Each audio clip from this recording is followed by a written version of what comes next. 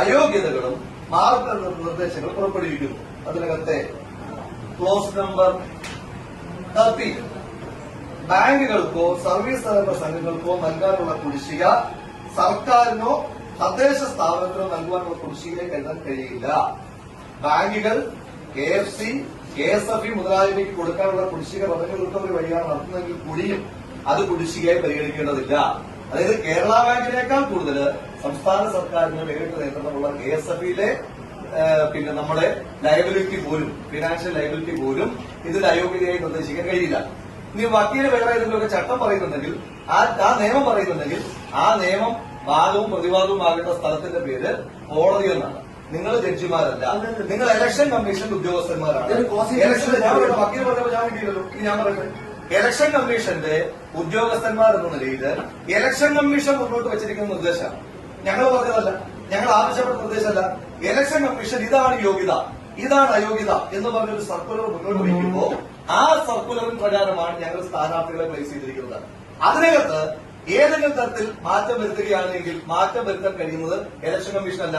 അല്ലെങ്കിൽ നിങ്ങൾ 7/11/2025 ശേഷം പുറപ്പെടുവിച്ചിട്ടുള്ള മറ്റൊരു സർക്കുലറായിട്ട് ടേബിൾ വയ്ക്കും, നിങ്ങൾ ടേബിൾ ചെയ്യും, ഞങ്ങളത് കേൾക്കാം.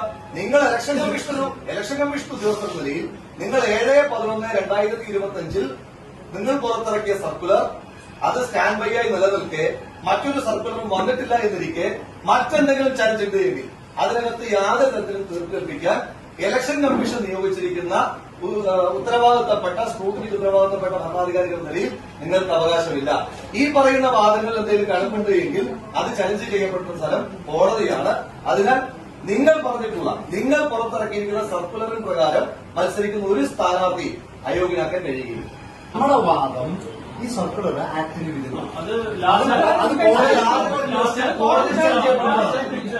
ഇലക്ഷൻ കമ്മീഷൻ ഉത്തരവിറക്കിയത് is not on our any sort of compulsion. ഞങ്ങളുടെ കമ്പൽഷനിലല്ല ഇലക്ഷൻ കമ്മീഷൻ സർക്കുലർ ഇറക്കിയത്.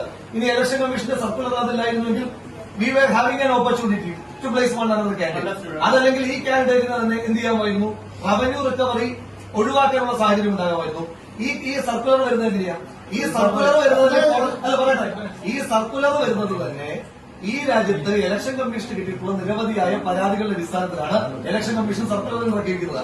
ഒരു തെരഞ്ഞെടുപ്പിൽ മത്സരിക്കുമ്പോൾ ആ സമയത്ത് തെരഞ്ഞെടുപ്പിൽ മത്സരിക്കുന്നതിന് തൊട്ടു മുമ്പ് ഫൈനല്ലാതെയുള്ള മറ്റു ബാധ്യതകൾ ഒരാൾക്ക് വെക്കുക എന്ന് പറയുന്നത് പഴയ കാലഘട്ടത്തിലെ തെരഞ്ഞെടുപ്പിൽ മത്സരിക്കുന്നതിന് പണം മാനദണ്ഡമായിരിക്കണം, സമ്പത്ത് മാനദണ്ഡമായിരിക്കണം എന്ന് പറയുന്ന ആ ക്ലർജി ക്ലാസിന്റെ മാനദണ്ഡമാണ് എന്ന് മനസ്സിലാക്കിയിട്ടാണ് എന്ത് ചെയ്തിരിക്കുന്നത്, നമ്മുടെ ഇലക്ഷൻ കമ്മീഷൻ സർക്കുലറിൽ മാറ്റം വരുത്തിയിരിക്കുന്നത്.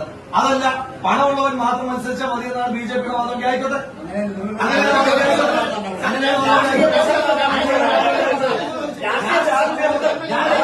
ഞാൻ രാഷ്ട്രീയ എന്റെ കൂടെ അത് ഞാനിവിടെ പറയുന്നത്